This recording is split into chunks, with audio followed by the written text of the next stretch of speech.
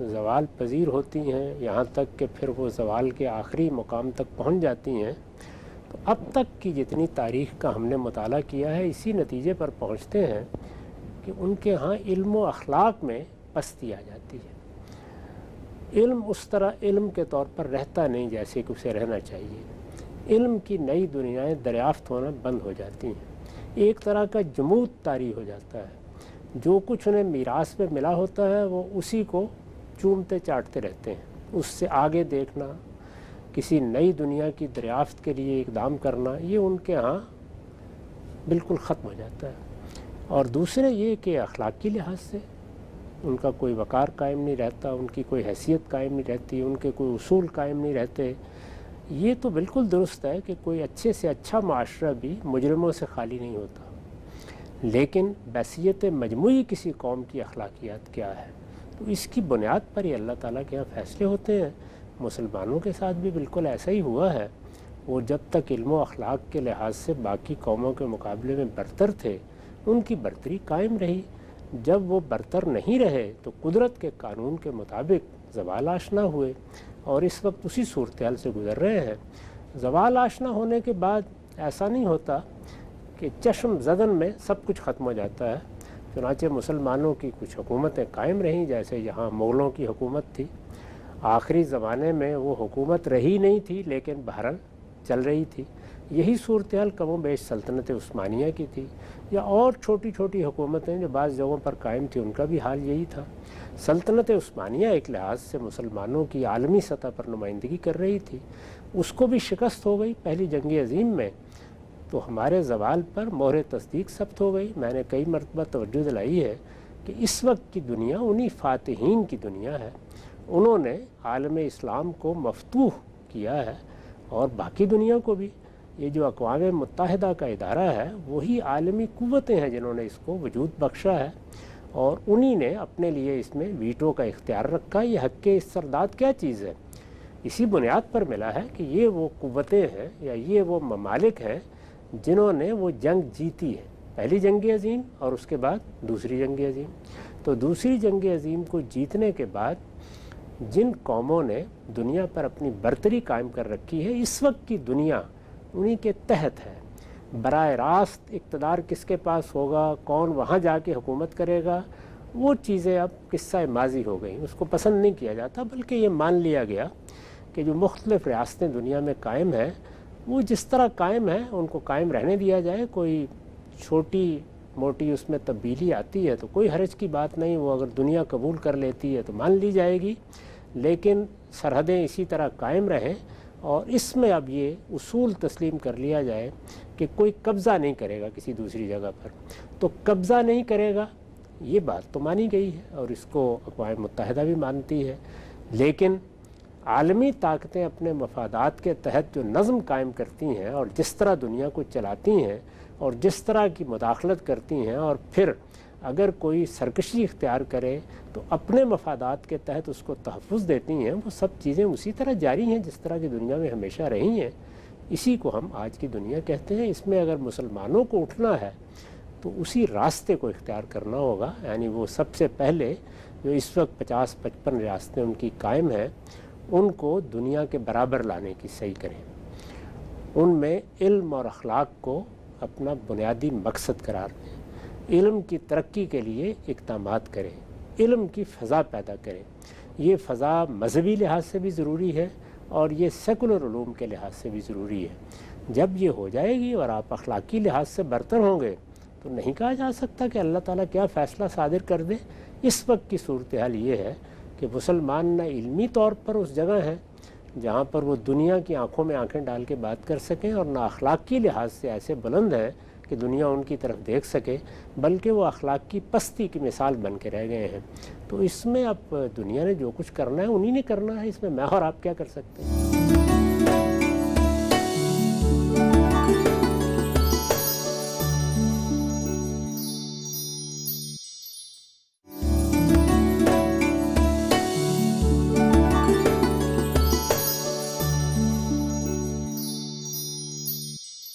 اچھا ہم سب یہ جو عام طور پہ مغرب کے بارے میں ایک تصور ہمارے یہاں مسلمانوں بالخصوص بر صغیر کے مسلمانوں میں پایا جاتا ہے، وہ ہمیں دشمن سمجھیں نہ سمجھیں لیکن ہم نے ان کو اپنا دشمن ضرور سمجھا ہوا ہے۔ یہ کیوں نہیں ہو سکتا کہ اگر عالمی طاقتیں موجود ہیں اور آپ بھی موجود ہیں اور آپ کمزور جگہ پہ ہیں تو ان سے اچھے تعلقات استوار کیے جائیں، کوشش کی جائے کہ ہم ان کے غیظ و غضب کا شکار نہ ہوں، اور جو کچھ ان سے استفادہ فائدہ اٹھایا جا سکتا ہے وہ اٹھا کر ان کے برابر نہیں آ سکتے لیکن کم سے کم اپنے پیروں پہ تو کھڑے ہو جائیں۔ اس میں کیا شبہ ہے؟ جس چیز پر ہمیں کوئی کمپرومائز نہیں کرنا چاہیے یا مصالحت نہیں کرنی چاہیے، اور بعض موقعوں پر اپنے کسی نسب العین کے لیے جان بھی دینا پڑ جاتی ہے، وہ ہمارا دین ہے۔ یعنی ہمارا دین ہم سے کچھ تقاضے کرتا ہے، وہ ہماری انفرادی زندگی میں بھی کرتا ہے، اجتماعی زندگی میں بھی کرتا ہے۔ انفرادی زندگی میں تو اس وقت دنیا کا ماحول یہ ہے کہ کوئی مسئلہ نہیں ہے۔ اگر آپ انفرادی زندگی میں اپنے دین پر عمل کرنا چاہتے ہیں تو دنیا بالعموم اس میں رکاوٹ نہیں بنتی، اگرچہ بعض ملکوں میں ایسی صورتحال ہے کہ وہاں لوگوں کے لیے انفرادی طور پر بھی دین کے احکام پر عمل کرنے میں مشکلات پیدا ہوتی ہیں، جیسے چین کے بارے میں، یا اس سے پہلے ماضی کا روس یا سوویت یونین تھی اس میں کہا جاتا تھا۔ اس طرح کی صورتحال بعض مسلمان ملکوں میں بھی اپنے اپنے نقطہ نظر کے لحاظ سے موجود ہے، لیکن اجتماعی زندگی کے بارے میں ظاہر ہے کہ آپ ایک ایسی دنیا میں رہ رہے ہیں جہاں اس وقت عالمی طاقتیں ایک نظم قائم کیے ہوئے ہیں۔ وہ نظم صرف نظم تک محدود نہیں ہے، بلکہ انہوں نے بعض تہذیبی اقدار بھی اپنے ہاں قائم کر لی ہیں۔ ان تہذیبی اقدار کو وہ فروغ دینے کی بھی کوشش کرتے ہیں، تو اس میں یہ مشکل ہو جاتا ہے کہ ہم اپنے مذہبی تصورات کو اجتماعی زندگی میں جس طرح کے ہمیں روبہ عمل رکھنا چاہیے روبہ عمل رکھیں۔ ہمیں پوری کوشش کرنی چاہیے، اس کے لیے لڑنا بھی چاہیے، اس کے لیے جدوجہد کرتے ہوئے اگر قربانی دینی پڑے تو وہ بھی دینی چاہیے۔ یہ ہمارے ہاں ایک ایسی چیز ہے جس کا تعلق ہمارے مذہب سے ہے، جس کا تعلق ہمارے دین سے ہے۔ باقی جتنی دنیا ہے اس میں لوگوں کے ساتھ آپ لڑنے نکل کھڑے ہوں گے تو جب آپ کے پاس طاقت نہیں ہے اور علم و اخلاق کی برتری نہیں ہے تو پھر آپ اپنا نقصان کریں گے، پے در پے نقصان کریں گے۔ اس میں صحیح لائے عمل وہی ہے جس کی طرف میں نے بارہا توجہ دلائی ہے کہ دنیا کے ساتھ ایک سازگاری پیدا کر کے، یعنی جو چیزیں ایسی نہیں ہیں جن پر مصالحت کی جا سکے ان کو طے کر لیں۔ ہر آدمی اپنی دنیوی زندگی میں بھی یہ طے کرتا ہے کہ یہ چیزیں ہیں جن پر میں کوئی مصالحت نہیں کروں گا، وہ چند چیزیں ہیں۔ باقی معاملات میں ہم دنیا کے ساتھ ایک سازگاری بھی پیدا کریں، ان سے سیکھیں بھی، استفادہ بھی کریں۔ ان کے ملکوں میں جانے کے راستے کھلے ہوں تو وہاں جا کر ان کے علوم حاصل کریں۔ اپنی تعمیر کا کام ہے جو ہمیں اس وقت کرنا ہے۔ یہ دور، یہ زمانہ یا جو صورتحال ہمیں اس وقت درپیش ہے، یہ کانفرنٹیشن اور تصادم کے لیے موضوع نہیں ہے۔ اس سے آخری درجے میں گریز کرنا چاہیے۔ جہاں بھی آپ یہ راستہ اختیار کریں گے وہاں نقصان اپنا کریں گے، دوسروں کا کوئی نقصان نہیں ہوگا۔ اگر آپ غور کر کے دیکھیں تو جن جگہوں پر ہم نے یہ لائے عمل اختیار کیا ہے وہاں یہی صورتحال پیش آئی ہے، یعنی اس کانفرنٹیشن کے نتیجے میں یا تصادم کے نتیجے میں پے در پے نقصان اٹھایا ہے۔ کشمیر کو دیکھ لیں، آپ فلسطین کو دیکھ لیں، آپ افغانستان کو دیکھ لیں، یعنی پورا ملک کھنڈر بن گیا اور اس وقت ایک مذہبی طبقہ ہے جس نے اپنا استبداد وہاں قائم کر رکھا ہوا ہے۔ دنیا کی غلامی سے نجات حاصل کرتے کرتے اپنے ہی اندر کے ایک گروہ کی غلامی میں مبتلا ہو گئے ہیں۔ تو یہ صورتحال ہوتی ہے، اس کو سامنے رکھ کر مسلمانوں کو اپنا لائبل بنانا چاہیے، اور مسلمانوں کے دانشوروں کو، ان کے علماء کو بھی جرأت کر کے اس حقیقت کا اعتراف پیدا کرنا چاہیے۔ اس کے خلاف احتجاج کر کے، اس کے خلاف ہنگامہ کر کے، استعمار کو گالیاں دے کر، دشنام کا ہدف بنا کے کچھ بھی حاصل نہیں ہوتا، صرف جذبات کی تسکین ہوتی ہے۔ یہ دیکھ لیں کہ ہمارے ہاں جو مذہبی مقدسات کے بارے میں جذبات ہیں، کوئی ایک بات بھی آپ دنیا سے منوا سکیں اس کا کوئی امکان ہی نہیں۔ یعنی جب آپ دنیا کو نہیں سمجھ پا رہے اور وہ کس جگہ کھڑی ہے اس کو نہیں سمجھ پا رہے تو صرف دیواروں کے ساتھ سر پھوڑ رہے ہیں، اس کا کوئی حاصل نہیں ہوگا۔ ساری توجہ علم، استدلال اور اخلاقی برتری پر مرکوز کرنی چاہیے، اور یہ صحیح کرنی چاہیے کہ جن وجوہ سے ہم پر زوال آیا ہے ہم ان کو دور کرنے کی کوشش کریں۔ ٹھیک، اچھا ہم سے بھی بحث آپ بڑی اچھی طریقے سے واضح ہوئی۔ ایک نقطہ اور بتائیے گا، آپ نے تہذیبوں کو بھی مطالعہ کیا ہے، تاریخ پر بھی آپ کی نظر ہے، اس وقت جو عالمی طاقتیں موجود ہیں وہ کس قدر مہذب ہیں بنسبت ماضی کے؟ چونکہ ہم نے دیکھا ہے کہ ماضی میں جب کسی کو طاقت حاصل ہوتی تھی تو اس کے اندر ایک رعونت بھی آتی تھی، تکبر بھی آتا تھا، اس طرح سے وہ اپنے پر بھی پھیلاتا تھا۔ تو جو موجودہ دنیا ہے ہمیں ظلم تو نظر آتا ہے، یا ظلم پہ ان کی خاموشی نظر آتی ہے، وہ برما کے اندر ہو یا فلسطین میں ہو یا چچنیا میں ہو، باقی جگہوں پر، لیکن اوورآل اگر آپ ماضی سے کمپیئر کریں تو یہ جو موجودہ عالمی طاقتیں ہیں یہ ان کی نسبت کتنی مہذب ہیں؟ پہلی بنیادی بات تو یہ سمجھ لینی چاہیے کہ عالمی طاقتیں جب اپنا غلبہ قائم کر لیتی ہیں تو اس غلبے کو قائم رکھنے کی صحیح کرتی ہیں، وہ اپنے مفادات کے خلاف کسی چیز کو آسانی کے ساتھ گوارا نہیں کرتی۔ یہ چیز مان لینی چاہیے کہ ایسے ہی ہوتا ہے۔ اس میں یہ بھی بالکل درست ہے کہ جس جگہ ان کے مفادات پر زد پڑ رہی ہو وہاں اصول بھی پس پش چلے جاتے ہیں، ایسی توقعات کرنی بھی نہیں چاہیے، لیکن مجموعی حیثیت سے اگر آپ دیکھیں تو جو عالمی طاقتیں اس سے پہلے فتوحات کے نتیجے میں دنیا پر قبضہ کرتی رہی ہیں ان کے ساتھ اگر تقابل کر کے دیکھا جائے تو یہ دنیا بہت بہتر ہے، یہ اس کے مقابلے میں بہت مہذب ہے۔ اس میں بعض چیزوں نے اقدار کی حیثیت اختیار کر لی ہے، مثال کے طور پر قانون کی حکمرانی، مثال کے طور پر جمہوریت، مثال کے طور پر لوگوں کے بنیادی حقوق کی پاسداری، اسی طرح سے حق خود ارادی، قوموں کا حق خود ارادی۔ یہ بات کہ دنیا میں اب کسی قبضے کو مانا ہی نہیں جائے گا۔ اگر کسی نے قبضہ کر لیا ہے، جیسے مثال کے طور پر اسرائیل نے فلسطین کے بہت سے علاقوں پر قبضہ کر رکھا ہے، تو اس کو عالمی ضمیر نہیں مانتا، اس کو عالمی ادارے بھی نہیں مانتے، یعنی وہ اس کو قبول کرنے کے لیے تیار نہیں ہے، اور عالمی قانون کے حد تک یا بیان کے حد تک یہ تقاضا کر رہا ہے کہ یہ علاقے خالی کیے جائیں۔ اس کی بنیاد پر آپ کچھ بات بھی کہنے کی پوزیشن میں ہیں۔ یہ جتنی چیزیں اس وقت ہم دیکھ رہے ہیں یہ ماضی میں کہاں تھی؟ ماضی میں تو جب مختلف ممالک پر قبضے ہوتے تھے تو آپ ذرا پڑھیے، ہمارے ہاں جب لوگ آتے تھے، کبھی احمد شاہ درانی آ گئے ہیں اور کبھی نادر شاہ آ گئے ہیں، کس طرح کے قتل عام ہوتے تھے، کس طرح سے لوگوں کی عزت برباد کی جاتی تھی، کس طرح سے ان کے مال لوٹے جاتے تھے۔ پھر جب ایک گروہ قابض ہو جاتا تھا تو اپنے قبضے اور استبداد کو قائم رکھنے کے لیے کیا کرتا تھا، وہ تو چھوڑیے، جب ہمارے ہاں برطانیہ آیا تو انہوں نے ابتدا میں آ کے کیا کچھ کیا، یعنی یہ تبدیلیاں تو بہت بعد میں آئی ہیں۔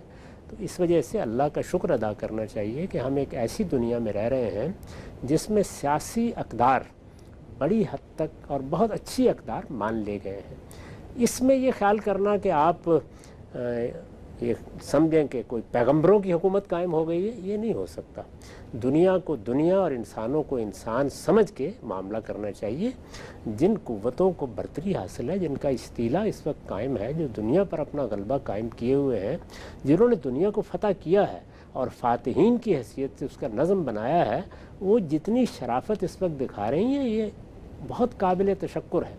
اس سے فائدہ اٹھانا چاہیے اور فائدہ اٹھا کر اپنے لیے بہتر راستے تلاش کرنا چاہیے۔ آپ سے نقطہ آپ نے واضح کیا، آگے بڑھاتے ہیں سلسلہ گفتگو کو۔ یہ اگلا سوال ہمیں موصول ہوا ہے، یہ پوچھتے ہیں کہ عقل کا بھی کوئی دائرہ ہوتا ہے، اور ساتھ ساتھ یہ بھی بتائیے گا کہ تصور علم کے حصول کے ذرائع کیا ہونے چاہیے، کیسے طے ہوگا کہ تصور علم کیا رکھا جائے؟ پہلے تو یہ سمجھنا چاہیے کہ علم ہے کیا۔ تو میں نے کئی مرتبہ یہ عرض کیا ہے کہ ہمارے ظاہری اور باطنی حواس اور عقلی استدلال کے حاصلات کا نام علم ہے۔ جو کچھ بھی انسانی علم ہے وہ اس دائرے سے باہر نہیں ہے، اس سے آگے پھر تخیل کی کار فرمائی ہوتی ہے، اس سے ہم ناول بھی لکھتے ہیں، اس سے ہم بعض اوقات سائنسی فکشن بھی بنا کے پیش کر دیتے ہیں، اور اس کی بنیاد پر فلسفی بھی اپنے بہت سے افکار پیش کرتے رہتے ہیں۔ لیکن اگر آپ علم کو اس کی حقیقی صورت میں دیکھیں تو ہمارے حواس کا ادراک یعنی اس کے حاصلات ہیں، وہ باطنی حواس بھی ہیں، وہ ظاہری حواس بھی ہیں۔ حواس کی قوت کو انسان بڑھا لیتا ہے۔ یہ جو سائنسی ایجادات ہیں اگر آپ ان کے اندر اتر کر دیکھیں تو اس میں حواس کی قوت بہت بڑھا دی گئی ہے۔ یعنی پہلے اگر ہم ایک خاص حد تک دیکھ سکتے تھے تو اب ہم بعض اوقات نوری سالوں کے فاصلے پر چیزوں کو دیکھنے کے قابل ہو گئے ہیں۔ حواس کے ذریعے سے خواہ وہ ظاہری ہیں باطنی جو کچھ ہمیں حاصل ہوتا ہے وہ علم ہے۔ اسی طرح سے جو کچھ حواس کے ادراک میں آ جاتا ہے اس سے کچھ عقلی تقاضے پیدا ہوتے ہیں۔ عقل اپنی ساختی کے لحاظ سے کلیات اخذ کر لیتی ہے، اصل سے فرع کی طرف چلی جاتی ہے، فرع سے اصل کی طرف جاتی ہے، فروع سے فروع کی طرف بڑھتی چلی جاتی ہے۔ تو یہ جو عمل ہے عقلی استدلال اور عقلی استنباط کا، یہ محسوس سے نامحسوس کا علم دیتا ہے ہمیں۔ اس سے ہم احتمالات ہی میں صحیح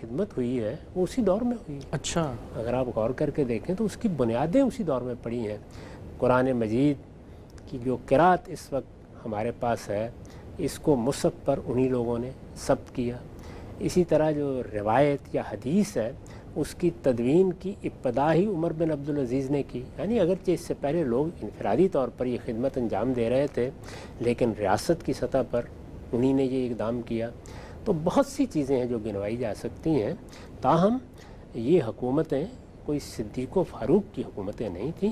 ان کے ہاں نقائص بھی ہیں، خامیاں بھی ہیں، بعض ظالمانہ اقدامات کی مثال بھی دی جا سکتی ہے۔ بنو عباس کا بھی وہ دور جس کو آپ کہتے ہیں کہ جس میں علوم کے تراجم ہوئے ہیں، جس میں مسلمانوں نے ایجادات بھی کی ہیں، جس میں خود ان کے ساتھ ایسے معاملات ہوئے کہ جس کے نتیجے میں ان کے اپنے ارتقاء کے بہت سے پہلو ہیں جنہوں نے اگلی نسلوں کے لیے بنیادیں فراہم کی ہیں۔ یہ جتنے باہر کے علوم آئے ہیں وہ اسی عباسی دور میں آئے ہیں۔ فلسفہ اسی دور میں مسلمانوں کے لیے ایک آشنا کرنے والی چیز بنا ہے۔ اسی طرح ہندی مذاہب، ہندی تہذیب، اس کا بھی حقیقی معنی میں ادراک اسی زمانے میں ہوا ہے۔ عجمی تہذیب کو بھی، جس کی بہرحال کئی ہزار سال کی تاریخ تھی، ٹھیک طریقے سے سمجھنے کا عمل اسی زمانے میں ہوا ہے۔ بیت الحکمت بھی آپ نے سنا ہوگا۔ تو علم کی خدمت جو کچھ ہوئی وہ بھی ہوئی۔ اس میں بھی بعض ایسے واقعات ہوئے ہیں کہ جو کہا جا سکتا ہے کہ ظلم و عدوان کے واقعات ہیں۔ وہ تو خیر استبدادی حکومتوں میں ہوتا ہی ہے، کیونکہ بنیادی طور پر تو یہ ملوکیت ہی کی طرح کی حکومتیں تھیں۔ تاہم ایک چیز بہت مختلف ہے، اور وہ یہ ہے کہ ایسا نہیں تھا کہ ملوکیت قائم ہو گئی اور جیسے کہ دنیا بھر میں ملوکیت کا خاصہ رہا ہے کہ بادشاہ نے جو کہہ دیا وہ قانون ہے۔ قانون کے حد تک ہمارے فقہاء نے جو خدمت انجام دی تھی وہی اصل میں ہماری عدالتوں میں قانون کا حوالہ بنا۔ اچھا، اور اس کے نتیجے میں کہا جا سکتا ہے کہ اگرچہ یہ چاروں اقدار جن کا ہم ذکر کرتے ہیں وہ اس طرح تو روبہ عمل نہیں ہو سکیں جس طرح دور حاضر میں ہم چاہتے ہیں یا ہو رہی ہیں کسی جگہ کے اوپر، لیکن قانون کی حکمرانی بڑی حد تک قائم رہی۔ اور اس قانون کی حکمرانی کا یہ معاملہ رہا کہ بعض اوقات بہت باجبروت بادشاہوں کو بھی جب فقہاء نے، علماء نے توجہ دلائی یا ان پر نقد کیا تو ان کو ماننی پڑی وہ بات۔ یہ معمولی چیز نہیں ہے، اس لیے کہ استبدادی حکومتوں میں، ملوکیت میں، بادشاہت میں قانون کی حکمرانی بھی اگر قائم ہو جائے تو کیا کہنے۔ اور وہ قانون بہت سے شخصی حقوق کا تحفظ کر رہا تھا، تو اس میں بھی یوں سمجھ لیجئے گویا انسان کے بنیادی حقوق سے متعلق بھی اگر آپ سیاسی معاملات کو تھوڑا الگ کر لیں تو بڑی حد تک لوگوں کو حفاظت حاصل رہی۔ یعنی یہ بات کہ کسی کی جان، کسی کے مال، کسی کے آبرو کے خلاف اقدام کا حق کب حاصل ہوتا ہے، اس کو اسلام نے متعین کیا تھا، فقہاء نے اس کو متعین کیا، تو بنیادی حقوق کو بھی بڑی حد تک حفاظت حاصل رہی۔ جمہوریت اس طرح سے قائم نہیں ہو سکی، وہ میں اس سے پہلے بھی عرض کر چکا ہوں کہ اس کا باعث کیا بنا۔ میں یہ بتا چکا ہوں کہ جب سلطنت بہت بڑھ گئی تو اس میں کوئی جمہوری نظم بنانا ممکن نہیں ہوا۔ یعنی یوں سمجھ لیجئے کہ اسلام نے جو اصول بتایا تھا امرہم شورا بینہم کا، اس پر عمل کرنا ممکن نہیں ہو سکا۔ اگر سلطنت اس جگہ تک نہ پھیل جاتی اور 3 بر اعظموں کو نہ چھوتی اور اتنے ممالک اس کا حصہ نہ بن جاتے، اور پھر یہ کہ وہ مفتوح ہو کر، ظاہر ہے وہ قومیں آئی ہیں، تو پھر شاید جو نظم خلفائے راشدین نے پیدا کیا تھا وہ آگے چلتا رہتا، اس پر عمل کرنا ممکن نہیں ہوا۔ تو ہمارے دین میں اصول یہی ہے کہ جب اللہ تعالیٰ نے جو راہ دکھائی ہے کسی موقع پر عمل کرنا ممکن نہ رہے، جیسے کہ بعض موقعوں پر جو چیزیں حرام کی گئی ہیں آدمی ان کو بھی کھانے کے لیے مجبور ہو جاتا ہے۔ اسی طرح اجتماعی زندگی میں بھی بعض اضطرار پیدا ہوتے ہیں، تو جو اضطرار پیدا ہوا اس میں پھر بہترین نظام ملوکیتی تھا۔ یعنی اگر جمہوریت یا امرہم شورا بینہم یا اسی طرح ارباب حل و عقد کے مشورے سے کوئی نظام قائم کرنا ممکن نہ ہو تو پھر دنیا میں اب تک جتنے تجربات ہوئے ہیں ان میں سب سے بہتر ملوکیت ہی ہے۔ اس کو انہوں نے اختیار کر لیا۔ تو یہ تو اس طرح نہیں ہوا۔ یہ جو قوموں کا حق خود ارادی ہے اس کا اس وقت کوئی تصور نہیں تھا، فتوحات کا زمانہ تھا۔ ہم نے فتوحات کر لی ہیں تو وہ ہماری سلطنت ہے، کسی اور نے کر لی ہے تو وہ اس کی سلطنت ہے، یہی طریقہ تھا۔ تو بحیثیت مجموعی یہ حکومتیں اچھی حکومتیں رہی ہیں اور انہوں نے بڑی خدمت کی ہے، علم کی بھی، لوگوں کی بھی۔ بنو امیہ کا معاملہ اگر آپ تقابل کر کے دیکھیں تو بنو عباس سے دونوں جگہ بہت بہتر رہا ہے۔ اچھا، یعنی ادھر بھی جو مرکزی سلطنت تھی اور ہسپانیہ میں۔ ٹھیک، اچھا ہم سے بھی جو ہمارے فقہ کی روایت ہوئی بڑی، جس میں حنفی فقہ کے بڑے فقہا پیدا ہوئے اور ایک طرح سے اسٹیٹ لا انہوں نے بنایا، قاضی القضات ان کو بنا دیا گیا، یہ کس سلطنت میں ہوا تھا؟ یہ عباسیوں کے بھی اس میں ہوا تھا یا ان میں ہوا تھا؟ یہ تو عباسیوں نے کیا، انہوں نے آ کے باقاعدہ ایک قضاء کا نظام قائم کیا اور اس میں قاضی ابو یوسف کو یہ ذمہ داری دی۔ اسی کا یہ نتیجہ ہوا کہ ہر جگہ حنفی قاضی مقرر ہونے لگے، اور فقہ حنفی کو بھی اس سے فروغ حاصل ہوا، اور اس میں کوئی شک نہیں ہے کہ فقہ حنفی اپنی نوعیت کے لحاظ سے اس کی مستحق تھی۔ یعنی ایک اتنی بڑی سلطنت کے تقاضوں کو پورا کرنے میں جتنی حد تک یہ فقہ کام دے سکتی تھی، شاید کسی دوسری کے لیے بہت مشکل تھا۔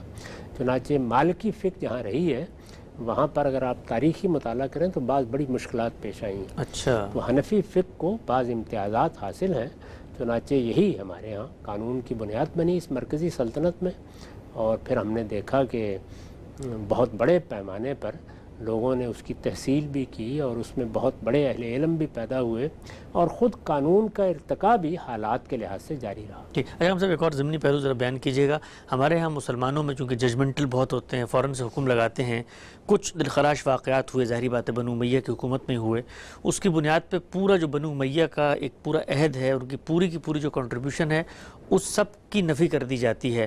آپ کیسے دیکھتے ہیں اس معاملے کو کہ ایک پورا کا پورا صدیوں میں پھیلا محیط، ایک پورا کا پورا عمل ہے، اس میں کہیں گڑبڑ بھی ہوگی، کہیں پر کوئی اونچ نیچ بھی ہوگی، کہیں کوئی غلط حکمران بھی آ جائے گا، لیکن بحیثیت مجموعی کسی چیز کو دیکھنا چاہیے، ایسا ہی ہے؟ ایسا ہی کرنا چاہیے۔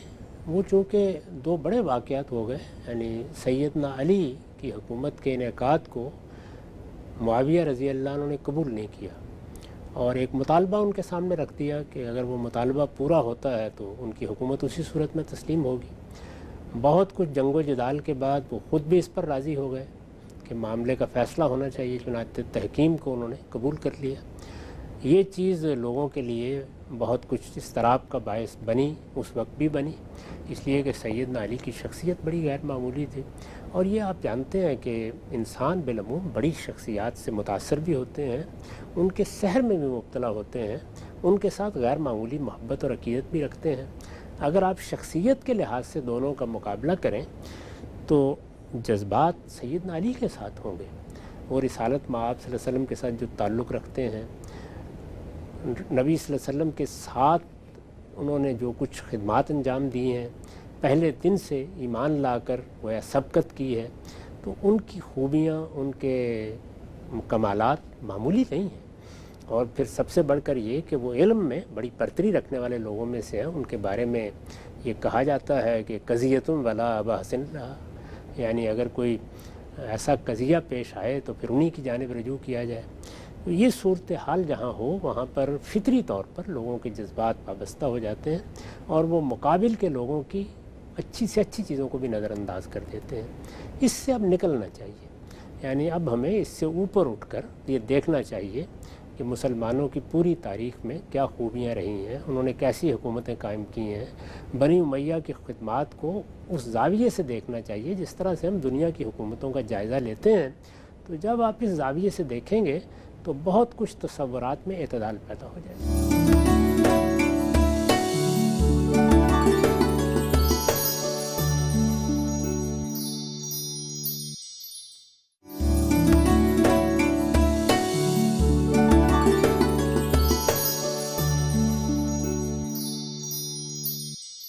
ہم سب آگے بڑھاتے ہیں سلسلہ گفتگو کو۔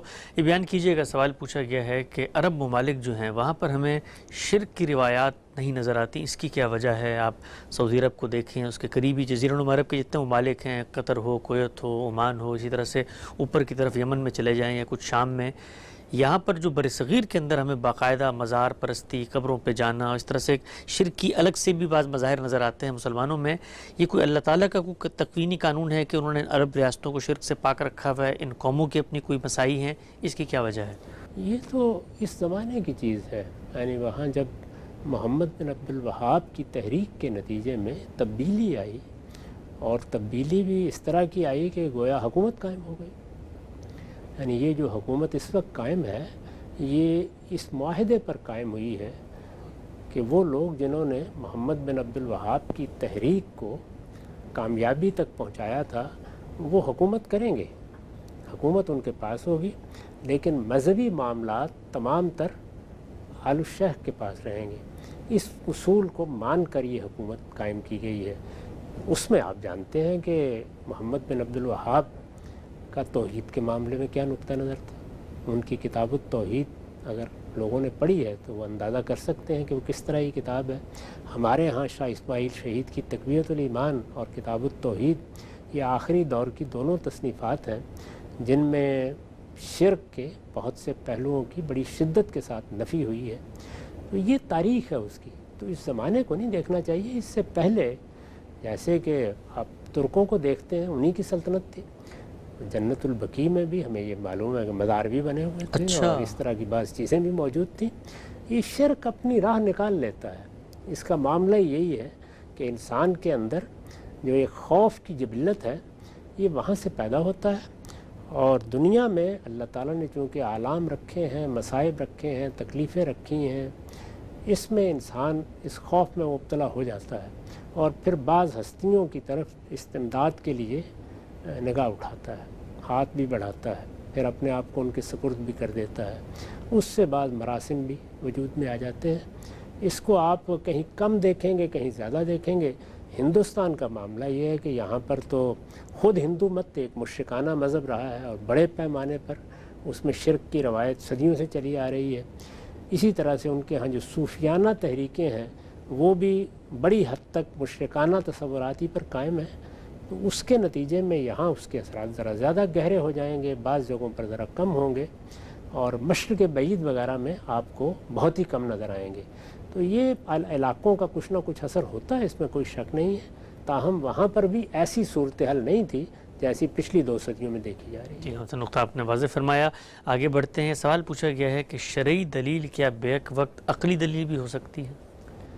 شرعی دلیل اس پہلو سے عقلی دلیل ہی ہوتی ہے کہ ہماری شریعت اور شریعت کے تمام احکام جس حقیقت کو بیان کر رہے ہوتے ہیں وہ حقیقت عقلی لحاظ سے قابل قبول حقیقت ہوتی ہے۔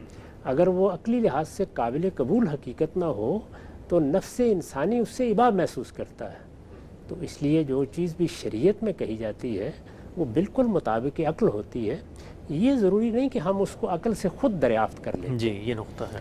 یعنی بارہا ایسا ہوتا ہے کہ عقل سے ہم کسی چیز کو دریافت نہیں کر پاتے، اس میں اللہ کی رہنمائی چاہیے ہوتی ہے۔ دنیوی علوم میں بھی بہت سے لوگ ہیں بڑے عبقری ہیں، وہ کسی چیز کو دریافت کر کے سامنے رکھ دیتے ہیں لیکن پھر عقل اس کو سمجھ لیتی ہے۔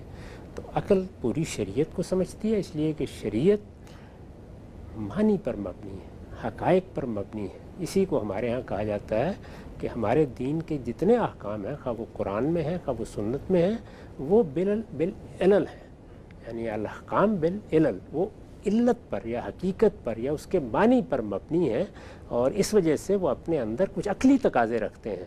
یہی چیز ہے کہ جو ان کو توسیع دے دیتی ہے، یعنی وہ جس طرح بیان کیے جاتے ہیں چونکہ اس کے اندر وہ عقلیت موجود ہوتی ہے تو وہ عقلی تقاضے پیدا کر دیتی ہے۔ 2 چیزیں قرآن مجید سے بالکل واضح ہو جاتی ہیں۔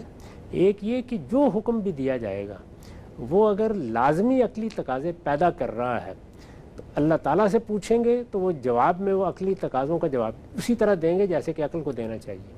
چنانچہ ہم گفتگو کریں گے کسی وقت اس موقع کے اوپر کہ کیسے بیان میں یہ چیز خود اللہ تعالیٰ کی طرف سے نمایاں ہوتی ہے۔ اور دوسرے یہ کہ اللہ تعالیٰ نے جتنے احکام دیے ہیں ان سے معذورین مستثنیٰ ہیں۔ تو اب یہ دیکھیے یہ معذورین کیا ہیں، یعنی اس کا مطلب یہ ہے کہ اس عقلی مقدمے کو قبول کیا ہے اللہ تعالیٰ نے کہ اگر کوئی شخص کسی حکم کا تحمل نہیں کر سکتا، جس کو بیان کیا نا کہ لا یکلف اللہ نفسا الا وسعہا، جیسے ہم کہتے ہیں کہ تکلیف مالا یطاق نہیں دی جائے گی، یا یہ کہ عسر میں مبتلا نہیں کیا جائے گا، تو یہ سب کیا ہے؟ اس کا مطلب یہ ہے کہ جہاں کہیں بھی کوئی حکم موجود ہے عقلی تقاضے کے تحت اس میں کسی معذور کو خطاب کا مخاطب ہی نہیں مانا، یعنی استثناء ہو گیا، آپ سے استثناء ہو گیا۔ تو یہ سب چیزیں ہمارے پورے دین میں اس کے احکام میں ملحوظ ہیں، کوئی چیز بھی ایسی نہیں ہے۔ ایک ایک دین کے حکم کا جائزہ لے کے دیکھ لیجیے، وہ بالکل ٹھیک انسانی عقل کی رہنمائی کر رہا ہے اور اس کے تقاضوں کے مطابق رہنمائی کر رہا ہے۔ ہاں البتہ چونکہ وہ رہنما ہے تو اس وجہ سے یہ نہیں ہے کہ عقل جس طرح کی بھی بات کرے انٹ سنٹ وہ اس کے مطابق ہوگا، نہیں، وہ علم و عقل کے مسلمات کے مطابق ہوگا. ٹھیک. اور عقل کو غام صاحب جو کچھ دین بتا رہا ہے، عقل کو اس کی روشنی میں سفر طے کرنا ہے، نہ کہ اس ہدایت کو عقل کی روشنی میں سفر طے کرنا. وہ اگر اس روشنی کو قبول نہیں کرے گی، یا اس رہنمائی کو قبول نہیں کرے گی، یا اس ہدایت کو قبول نہیں کرے گی، تو اپنا نقصان کرے گی. اس لیے کہ رہنمائی دی ہی ان معاملات میں گئی ہے جن میں عقل کے لیے خود کوئی فیصلہ کرنا ممکن نہیں. بڑی اہم بات ہے یہ. ہاں، پوری شریعت کو آپ دیکھیں، اس میں اللہ تعالیٰ نے وہی احکام دیے ہیں جہاں ہمارے لیے اشتباہ پیدا ہو گیا، جہاں حکم لگانا مشکل ہو گیا، جہاں 2 یا اس سے زیادہ احتمالات پیدا ہو گئے، وہاں ترجیح دینے میں ہم غلطی کر سکتے تھے. یعنی اگر کسی موقع کے اوپر یہ اندیشہ پیدا ہوا کہ طیبات خیال کر کے کوئی چیز کھا لی جائے گی، درا حال ہے کہ وہ من جملہ خبائث ہے، تو اللہ تعالیٰ نے اس کو واضح کیا. اسی طریقے سے اگر کسی چیز میں ایسا اشتباہ پیدا ہو گیا کہ جس میں فرق کرنا مشکل ہو گیا، جیسے سود کے معاملے میں، یعنی قرض ہم نے دیا، اس پر نفع لینا اللہ تعالیٰ نے ممنوع قرار دے دیا. ہم نے کوئی چیز کسی کو استعمال کرنے کے لیے دی، اس کے کرائے پر کوئی اعتراض نہیں کیا، تو یہاں پر بھی تو آخر پیسہ ہی استعمال کرنے کے لیے دیا ہے. اس طرح کے اشتباہات میں عقل چونکہ غلطی کھا سکتی تھی، تو اللہ تعالیٰ نے اپنا فیصلہ صادر کر دیا. اسی طرح جنسی معاملات میں بعض چیزوں کو گناہ اور بعض چیزوں کو جرم قرار دینے میں بڑی غلطی کا اندیشہ تھا، اس میں اللہ نے اپنا فیصلہ سنا دیا. میراث میں دیکھ لیجئے، خود بتایا وہاں پر کہ تم لوگ یہ فیصلہ نہیں کر سکتے تھے کہ کون اقرب و نفع ہے، تو اللہ تعالیٰ نے اپنا فیصلہ سنایا. تو یہ سب چیزیں جتنی ہیں وہ عقل کی رہنمائی کرتی ہیں، لیکن ایسا نہیں ہے کہ وہ پھر خلاف عقل ہوتی ہیں.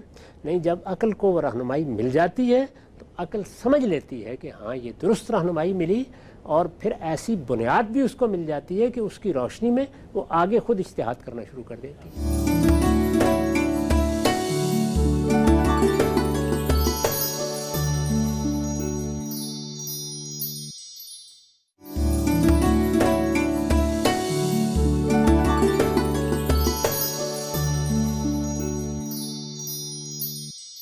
آج کی نشست کا آخری سوال آپ کی خدمت میں. بعض محققین کا یہ خیال ہے کہ عہد الست اللہ تعالیٰ سے جو ہماری پیدائش سے پہلے ایک ارواح کی ملاقات کا واقعہ قرآن مجید میں آتا ہے، جس میں پوچھا گیا ہے کہ بھئی تمہارا رب کون ہے، اور سب نے اس کا اقرار کیا ہے. کہا جاتا ہے کہ کیا ہم سے یہ بھی پوچھا گیا تھا کہ ہم کس خاندان یا گھر میں پیدا ہوئے؟ تو بعض اہل علم علماء کا خیال ہے کہ اس موقع پہ یہ انتخاب بھی ہمارا تھا، ہم نے اپنے انتخاب سے یہ فیصلہ کیا تھا، اسی لیے اللہ تعالیٰ نے ہمیں وہاں پیدا کیا. میرے نزدیک یہ 2 الگ الگ باتیں ہیں اور الگ الگ جگہوں پر بیان ہوئی ہیں. یہ البتہ قیاس کیا جا سکتا ہے کہ شاید ایک ہی موقع پر دونوں ہوئی ہیں. اچھا، یعنی یہ بات کہ اللہ تعالیٰ نے عہد لیا اور یہ پوچھا کہ کیا میں تمہارا پروردگار نہیں ہوں، تو ہم نے اس کا اقرار کیا. یہ عہد جب ہوا تو ظاہر ہے کہ اس وقت وہ ہمارے سامنے کی چیز تھی، اس کی یاد ہمارے حافظے سے محو کر دی گئی، اس لیے کہ امتحان میں ڈالنا تھا، لیکن اس سے جو تاثر ہمارے اندر منتقل ہونا تھا وہ ہو گیا. ٹھیک. وہی تاثر ہے کہ جو اپنے مخلوق ہونے کا احساس پیدا ہوتے ہی سامنے آ جاتا ہے، اور ایسے لگتا ہے کہ جیسے اب خالق کے بغیر اپنے وجود کا تصور کرنا ہی ممکن نہیں ہے. اسی میں پھر کوئی تذکیر کرتا ہے، کوئی بتاتا ہے، تو ہم لپک کر اس خالق کو قبول کر لیتے ہیں. دوسری چیز بھی قرآن میں بیان ہوئی ہے لیکن دوسری جگہ بیان ہوئی ہے، اس میں یہ بتایا گیا ہے کہ جو اختیار ہے، ارادہ ہے، یہ ہم نے ایک امانت کے طور پر دیا، اور ہم نے اس وقت پوچھا تھا تم سے، تو انسان نے خود اس کو آگے بڑھ کے قبول کیا. تو اس اختیار اور ارادے کی جو کچھ بھی ایک مجرد تصویر بنتی ہے وہی بنے گی. اس کو یہاں تک نہیں لے جایا جا سکتا کہ ہم سے پوچھا گیا تھا کہ تمہاری صورت کیا ہوگی، ہم سے پوچھا گیا تھا کہ تمہارے ماں باپ کون ہوں گے. اس کا تصور کرنا کم سے کم ان الفاظ سے ممکن نہیں ہے. البتہ ارادہ اور اختیار، یہ کہ میں ارادے اور اختیار کے ساتھ دنیا میں زندگی بسر کروں گا، یہ بہت بڑی چیز ہے اور یہی ہمارا شرف ہے. تو اس کو اللہ تعالیٰ نے پوچھ کر ہمیں دنیا میں بھیجا ہے، یہ اسی آیت سے معلوم ہوتا ہے. ہم سے نقطہ آپ کا واضح ہوا. متفرق سوالات کی نشست تھی. ناظرین، آپ کے ذہن میں بھی اگر کوئی سوال اٹھتا ہے آپ ہمیں ای میل کر سکتے ہیں، اس طرح سے کمنٹس میں بھی لکھ سکتے ہیں. انشاءاللہ آئندہ نشستوں میں غام صاحب کی خدمت میں سوالات حاضر کریں گے. وقت یہاں پہ ختم ہوتا ہے، دوبارہ حاضر خدمت ہوں گے. اب تک آپ کا بہت شکریہ.